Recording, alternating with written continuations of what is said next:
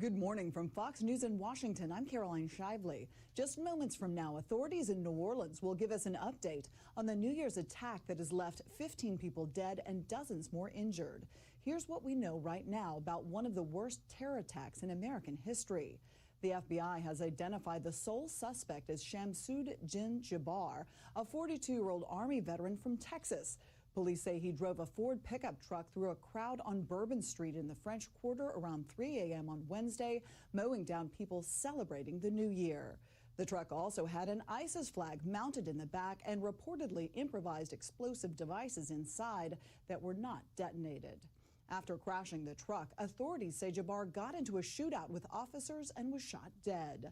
The New Orleans coroner will release the names of the victims after all the autopsies are completed and they speak to next of kin. But we know that a former college football player, an 18-year-old aspiring nurse, and a father of two are among the dead. The FBI's special agent in charge initially said others may have been involved besides the suspect, but minutes ago confirmed to Fox they believe he acted alone. Authorities spent much of yesterday reviewing surveillance footage showing 3 men and 1 woman placing what appeared to be IEDs around the French Quarter. But after conducting interviews, law enforcement sources tell Fox they appear to be bystanders who only looked suspicious.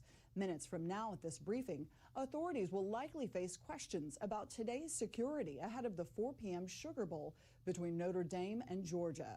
The game was supposed to be held last night, but rescheduled for today at the Superdome. That's just blocks away from the attack site. Other questions could be on the bollards, metal barriers that came up from the ground to block vehicles from driving down the closed-off street. Those bollards were not up Wednesday morning because they are being prepared for the Super Bowl, which is scheduled for next month in New Orleans. Superintendent Ann Kirkpatrick tells Fox the department is hardening targets ahead of the game. Wednesday morning, they had used patrol cars as barriers to replace the bollards. Today, they are using heavier equipment that is harder to push out of the way. The city is holding other high-profile, high-traffic events in the following months, including Mardi Gras and Jazz Fest. Lawmakers here in Washington are also getting a briefing behind closed doors this morning about the incident, with several asking why the suspect wasn't flagged earlier as a potential threat to the homeland. The FBI has released a photograph of the suspect in the hope that individuals who interacted him will come forward. Police say he posted disturbing videos on social media claiming he was inspired by the terrorist organization ISIS and that he had a desire to kill.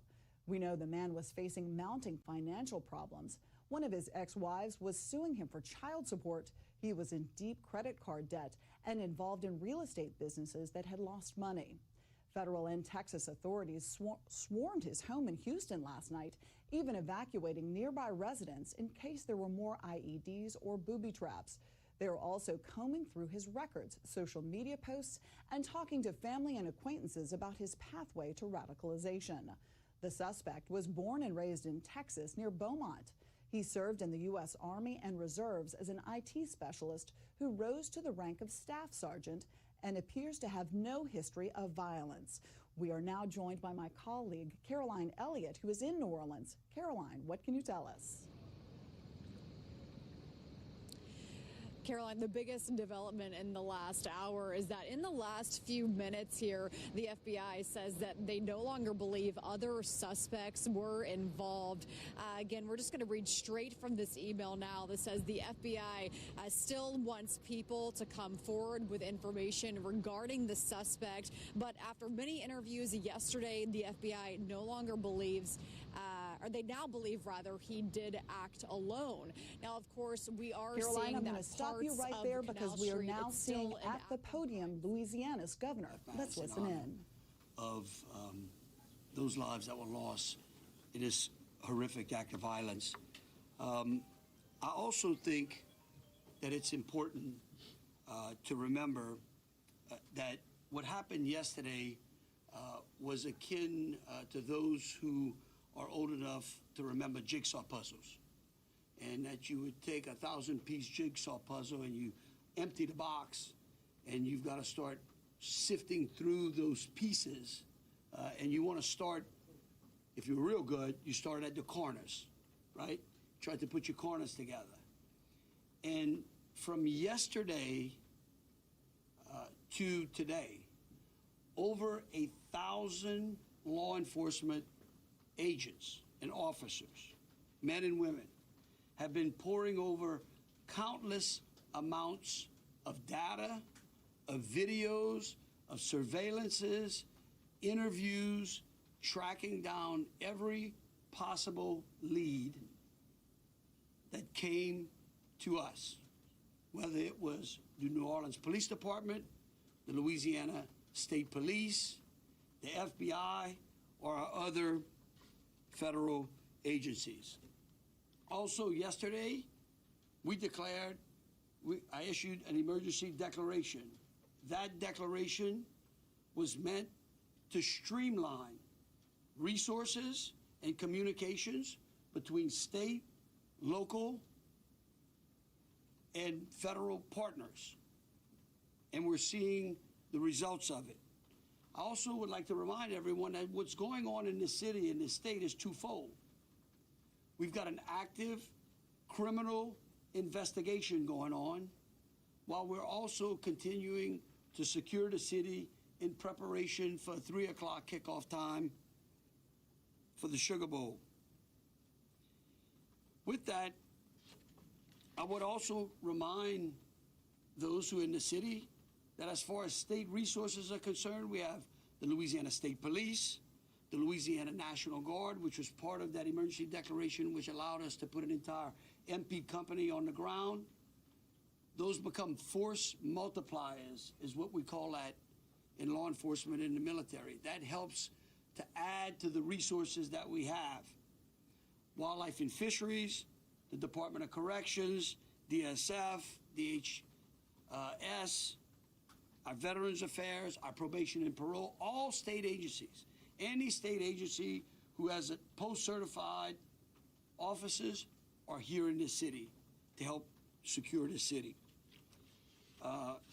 And so with that, I would like to turn it over to Christopher Rea, who is the Deputy Assistant Director of the FBI's Terrorism Division. Chris? Thank you, Governor Landry.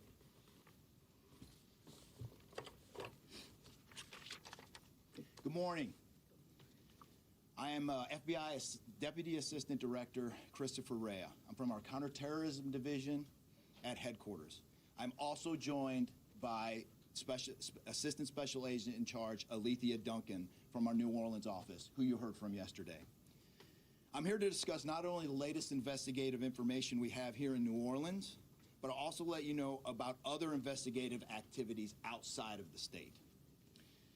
I first, and most importantly, want to send our deepest condolences to the victims of this horrific attack and their loved ones. 14 innocent victims were killed in this senseless attack, and at least 35 were injured. We cannot ease the grief people in this community and across the nation are feeling at this time, but rest assured, we stand with you and in support of you. All the resources, and I'm going to go into that a little bit later, all the resources of the FBI are being focused on tracking down every piece of evidence, every lead, every interview, every potential lead we've got. While I won't be able to answer all your questions today, my goal is to be as forthcoming as possible with you on what we've uncovered so far. First and foremost, let me be very clear about this point. This was an act of terrorism. It was premeditated and an evil act. This was obviously a critical incident, and with that, lots of information and tips come pouring in from law enforcement, first responders, and the public. We have been aggressively running down these tips and information. As you all know, that takes time, and we will continue to do so until every lead has been followed through on. This investigation is only a little more than 24 hours old. So I ask you to keep in mind that as I go through some of the specifics later. But at this point, currently, and this is another fact I want to be clear on, we do not assess at this point that anyone else involved in this attack except for Shamsa Din Jabbar, the subject you've already been briefed on. A little bit about what the FBI is doing. So we are surging people and assets to the area from across the region and across the nation. Special agents in multiple field offices across the country have been deployed and are assisting with potential aspects of this investigation and following up on every lead. Additional teams of special agents, professional staff, and victim specialists continue to arrive to provide more investigative power and assistance to the victims and their families. We've also forward deployed a number of our critical incident response group assets, including members of our hostage rescue team, special agent bomb technicians, and crisis management coordinators. In addition, we have deployed more evidence response technicians to continue to process the various scenes that we have. So far, we have received just over 400 tips from the public, and that information is being followed up on both here in New Orleans and across the country. Some of the tips are here in New Orleans, and there are other tips in other states across the country that we are following up on. The FBI team and our law enforcement partners here are also reviewing hundreds of hours of surveillance and other video from both the French Quarter and other locations. As for a timeline, at this point, investigators believe Jabbar picked up the rented F-150 in Houston, Texas on December 30th.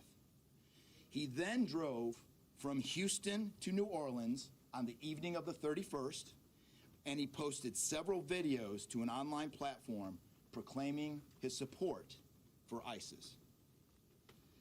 There were 5 videos posted on Jabbar's Facebook account, which are time-stamped beginning at 1:29 a.m. and the last at 3:02 a.m. In the first video, Jabbar explains he originally planned to harm his family and friends, but was concerned the news headlines would not focus on the, quote, war between the believers and the disbelievers, end quote. Additionally, he stated he had joined ISIS before this summer. He also provided a will and testament.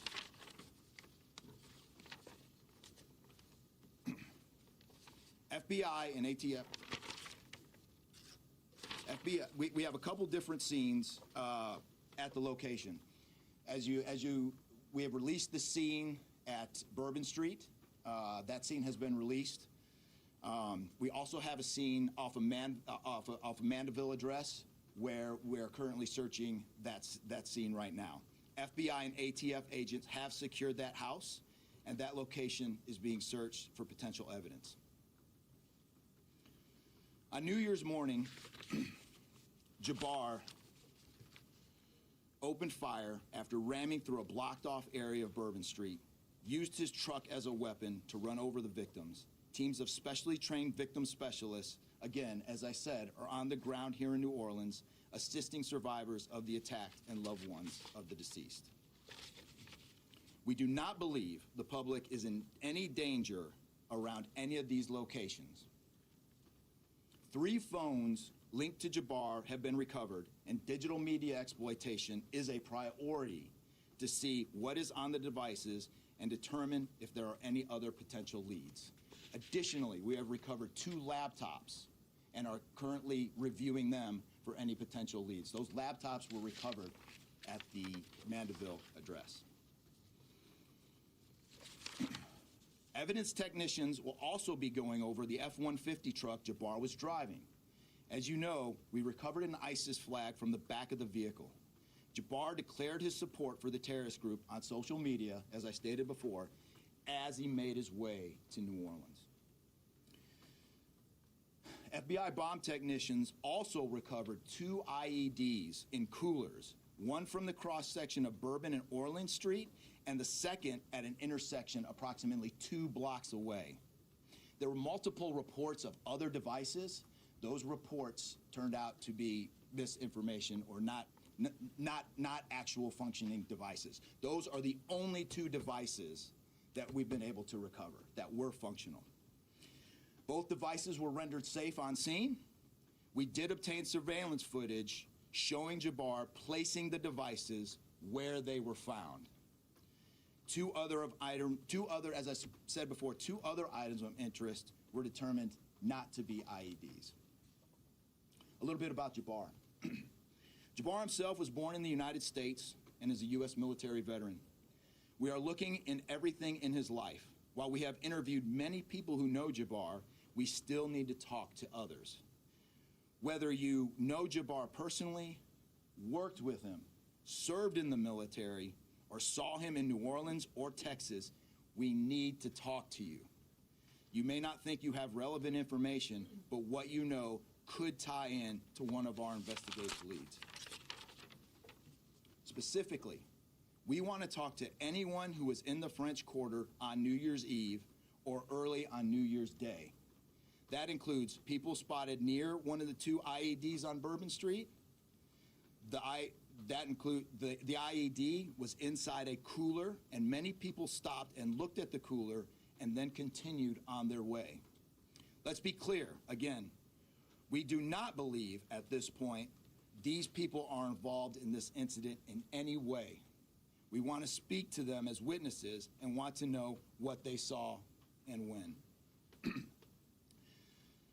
I went down to the crime scene last night.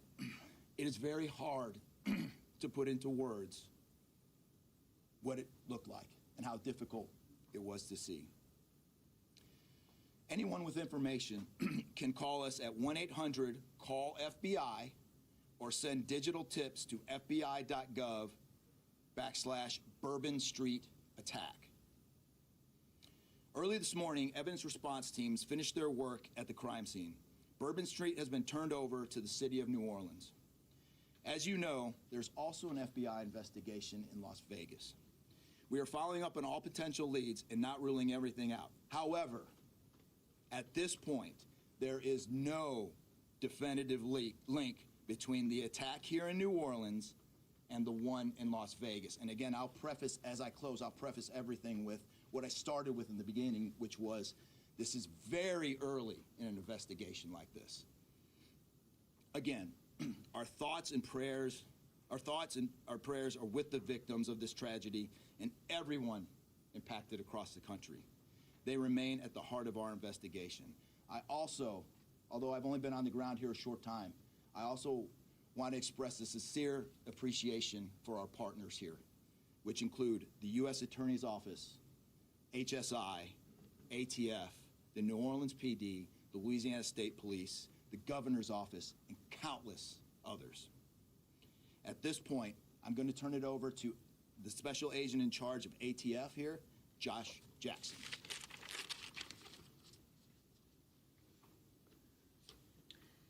Hey, good afternoon. As stated, my name is Joshua Jackson. I am the Special Agent in charge for the ATF New Orleans Field Division.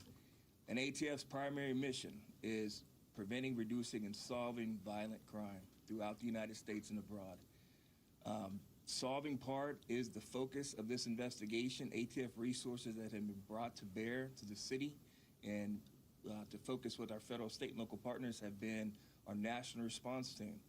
We spoke about the scene that's still being processed now. The national response team of ATF is a team of certified fire investigators, certified explosive specialists, fire engineers, electrical engineers. These folks will give us additional investigative leads to help the investigative team identify what happened at the location in Mandeville and identify how that fire started and move the investigation forward from there. Additional resources that ATF has brought to bear into the city is our ATF Special Response Team. This is a tactical team capable of handling any sort of enforcement operation. This team is deployed, on set, and ready for the Sugar Bowl today. This team is also made available to the Louisiana State Police and also New Orleans Police Department to assist with any efforts that they may have during this period.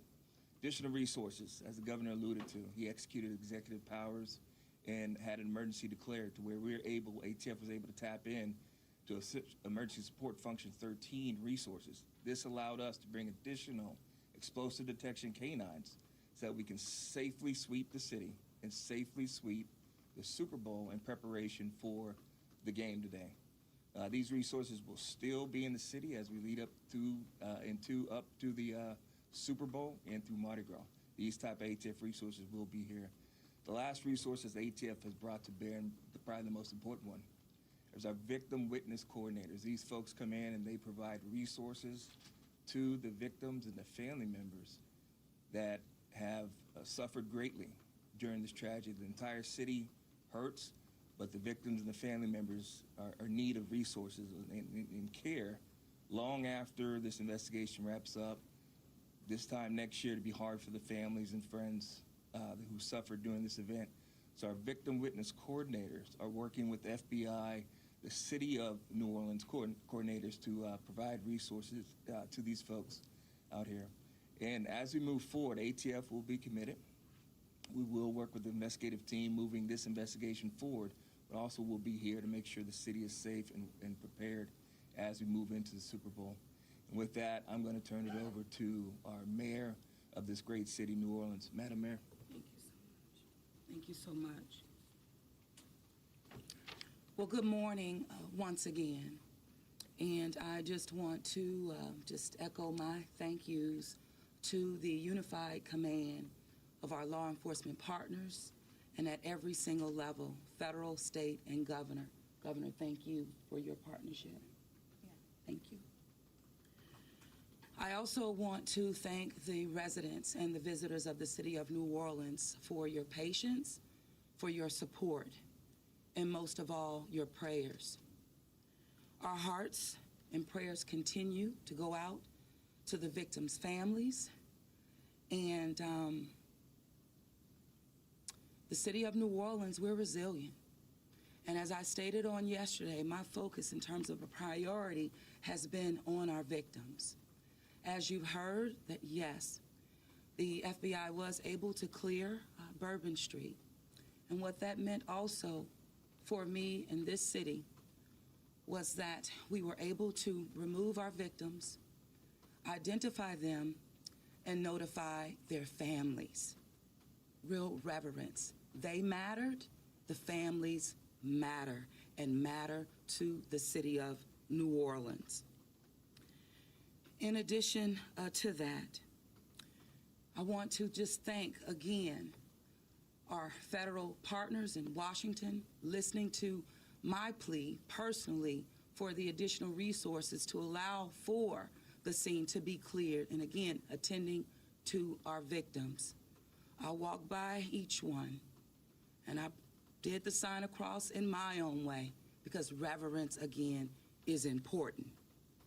So while we have been able to have Bourbon Street returned back to the city of New Orleans, and the due diligence has been done, that then allowed me to give the go-ahead to begin the cleaning of Bourbon Street.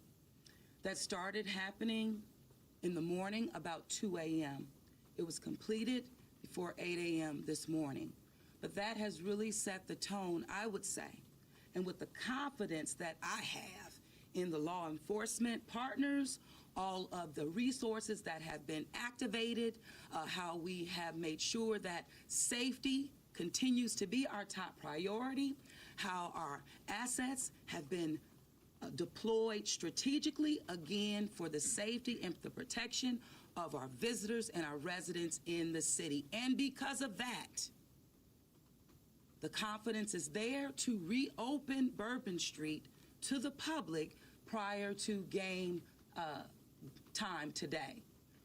The first order will be to allow for vendors to come in and service the businesses. That's important in order for us to stand up activation, as you know, Governor. And so with that, I want to reassure the public that the city of New Orleans is not only ready for game day today, but we're ready to continue to host large-scale events in our city because we are built to host at every single turn. I want to, again, thank all of those who responded to the FBI's call for information and tips. As you heard, that has been useful. Continue to do that. The investigation is still active and absolutely under the FBI's leadership. We will continue to operate and cooperate as we always have. So I want to also thank all of our partners for the added resources for victim and crisis management. We know that that's, again, important. Working with our partner, the Greater New Orleans Foundation, we have set up a fund for our victims' families for not only today but into the future. As you heard, this is going to be a long process for our people. So with that, the city of New Orleans, and with all of my confidence, we are ready. And we could not get here, again, without the unified presence, support, and cooperation. We are stronger together. And I want to say again, thank you so much. Thank you, Governor. So once again, the governor would like me to reiterate that Bourbon Street will be prepared for full activation before game time today. We know 3 p.m., so we're working towards 2:30 p.m. But prior to game time, the kickoff, Bourbon Street will be restored. So we're hard at work now. Our teams are now, and of course, working with our business community to serve our public and serve our residents and our visitors alike. In closing, I want to rest people assured. Right now in the city of New Orleans, there is an unprecedented amount of law enforcement resources that are being utilized to close out and to hunt down and to finalize this investigation. I want to thank the FBI and all of our federal partners for the amount of resources they have poured into the city. This type of event can happen in any city. And that's the tragedy of it. And I think it's important for people to understand that to protect our citizens in America from evil, you have to crush it. You can't go out there and placate it. You can't go out there and say, oh, I'm going to put this in place and that in place and hope that evil doesn't show up on your doorstep, because it will. You have to crush it. And that's what we're going to do here. We're going to put it all behind us. We're going to continue to keep the victims, those that are in the hospital, either fighting for their lives or trying to recover, in our thoughts and in our prayers. But you know, this morning, and I don't want to single out just one news source, but I just happened to turn on Fox and Friends, and there was a young man who was interviewed who was actually on Bourbon Street during this horrific act of terrorism. And they closed out by asking him, what now?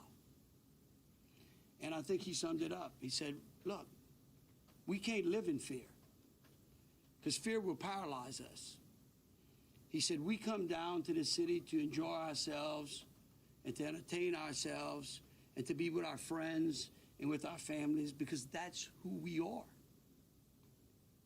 Louisiana invented hospitality.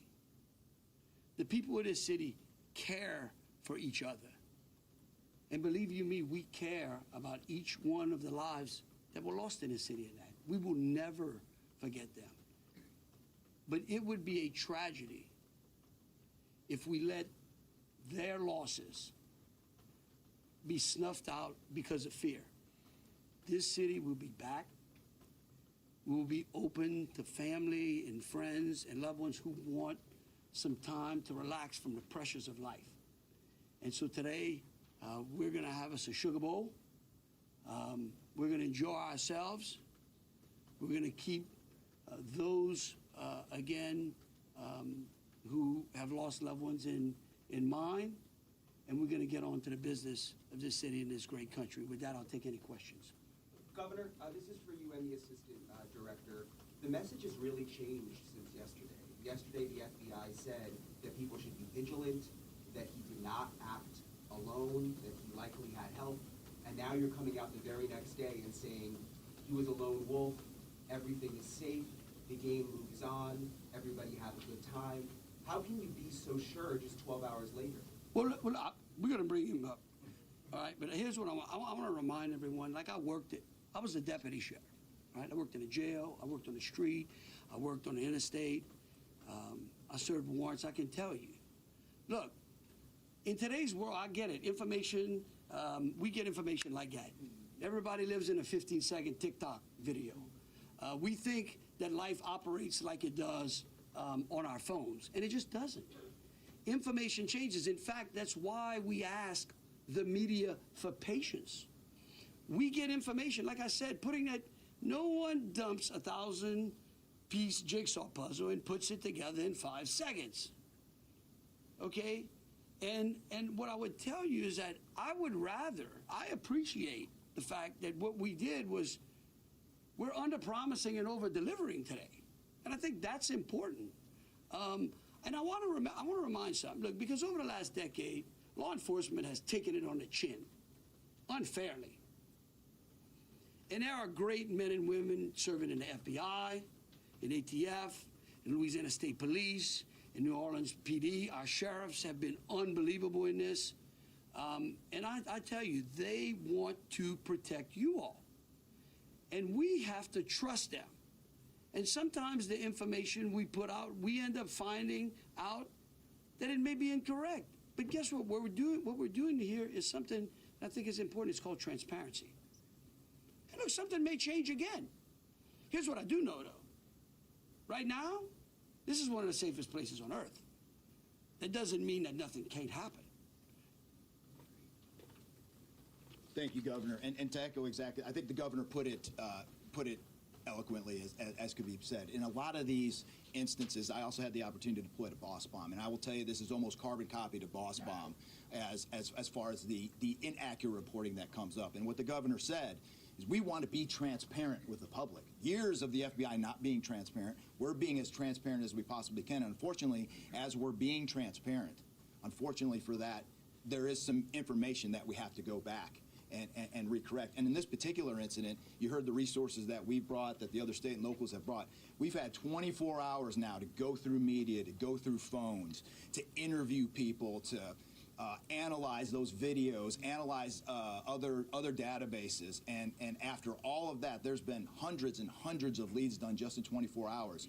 We're confident at this point that there is no accomplices. And I'll give you an idea of how that information sometimes, a lot of the early reports came out that there were extra people that were setting the coolers down, right? It turns out those were just patrons on the street that were looking inside the coolers, right? Well, we didn't know that at first, so we had to kind of track all that down and put that to rest. So that's just an example, one of the pieces of information, but there were other pieces of information that after we got our feet under us a little bit and on the ground here, we were able to put together a much more accurate picture of the subject and his attention. The stated death toll, we just wanted to double check. Yes. 14, not 15? Yeah, 14, and then the shooter himself would be 15 total, to include the shooter. And the terrorists wearing the IEDs, were the IEDs pipe bombs, and have you discovered a remote detonator anywhere? And when you said that you have surveillance footage of the suspect planting those IEDs, what time roughly were they planted? Yeah, those roughly a couple hours. I don't have the exact times in front of me. A couple hours prior to the attack, probably after midnight. I want to say 1 or 2 in the morning, but I can't. Left the area and came back.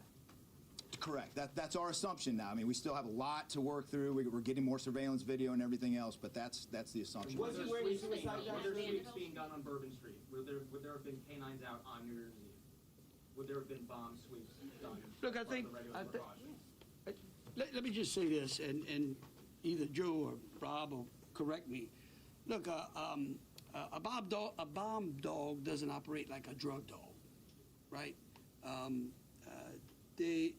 On Bourbon Street, there's a lot of senses, right? A lot of smells. I don't think you can run a bomb dog down Bourbon Street with thousands of people there and be able to sniff out a bomb. What we've been doing, what they have been doing, is certainly a complete sweep of the quarter because of the limited amount of traffic that's been out there. Let me just say this. I think this may help. It would be my hope that as some additional time goes through, maybe closer to maybe the beginning of next week, we will, if we've got it to what extent buttoned up as we could, I would work with the FBI and the city, and maybe we can come up with a timeline to be able to get you those informations, kind of walk everyone through from day one through. I think it's extremely premature, and you're really putting us on some speculative grounds to ask some of those questions, because again, it's only been 24 hours. I mean, can you imagine how far we've come in 24 hours? So, well,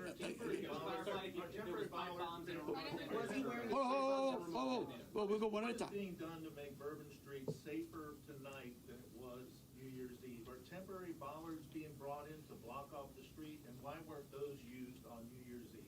Well, look, here's what I'm going to say.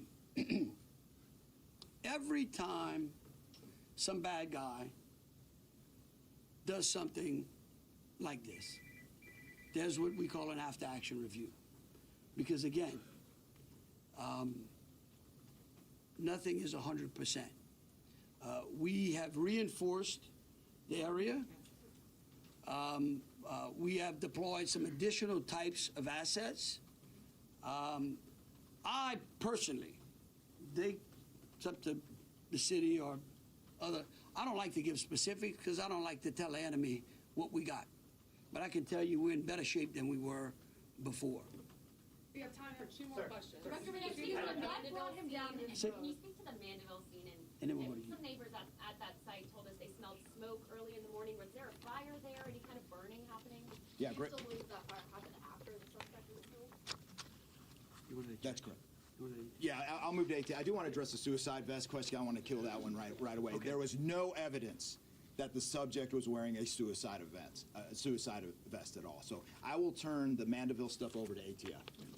Yeah, as to the fire at the Mandeville scene, so our working theory now is that the fire started after Jabbar was already deceased. There's a lot of different ways that can happen. You could have different time devices. You could have a long cord that extended that time. You could also have pressure cookers that were put on top of the stove filled with gasoline, and then it went off. There's a lot of different ways to do it, but that is why our ATF National Response Team is here to answer those questions and get that investigative lead back to our team. So more to come on that. We're still processing that scene. We're out there right now. Are you able to assess what type of... How he became radicalized over all of this time? What brought him to Bourbon Street? Do we understand? Was there any international travel involved? What led him down this path to this sort of radicalization? Sure, a lot of questions we're still asking ourselves. We know that he specifically picked out Bourbon Street. Not quite sure why. I mean, I think one can assume that it was lots of people New Year's Eve, with a target for an attack.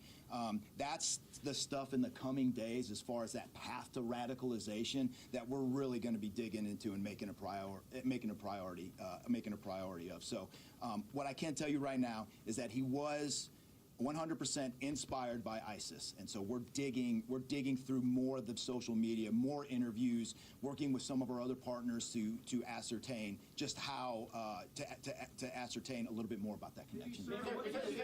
We're gonna do one more. Kate. Right there. You've had your hand up for a while. Kate. Thank you. I appreciate it. Yeah. It's actually for Special Agent Ryan. Sir, I prefer those. I'm gonna tell you.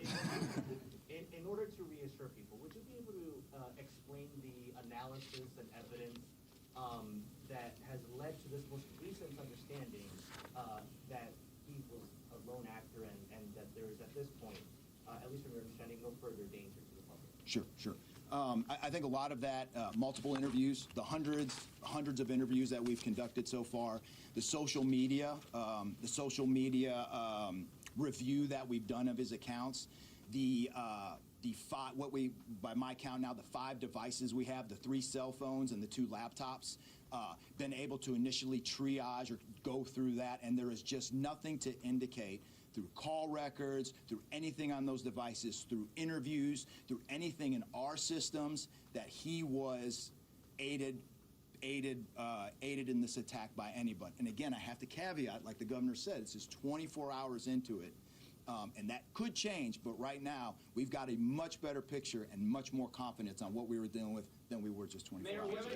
All right, look, thank y'all so very much. Again, we are going to try to get y'all as much information as possible, so any additional information will be put out through press releases. Thank you so very much. Are we going to be making Bourbon Street a pedestrian only, or are we going to be allowing cars to drive? Major news coming from this briefing. The FBI announcing they believe the suspect in the deadly attack in New Orleans that killed 14 people on Wednesday did indeed act alone. Also, police said they have recovered 2 improvised explosive devices in coolers from 2 different places in New Orleans and have video of the suspect placing them there. Both devices were defused on scene and are no longer threats. Special agents have been deployed across the country looking into the more than 400 tips and leads from the public. The FBI now asking for more tips from anyone who may have seen or known the suspect. 3 phones and 2 laptops belonging to the suspect have been located, and agents are combing through them right now for clues. Authorities say they are still looking into the motive of the 42-year-old Army veteran from Texas. Police report he had no history of violence and only recently made social media posts saying he was inspired by the terror organization ISIS and that he felt a need to kill. The next challenge facing authorities in New Orleans, the Sugar Bowl, kicking off just hours from now. Bourbon Street will be open to the public before the game. Also important to note, there is no link between the Cybertruck attack in Las Vegas. Stay tuned to this Fox News station. This has been a Fox News special report.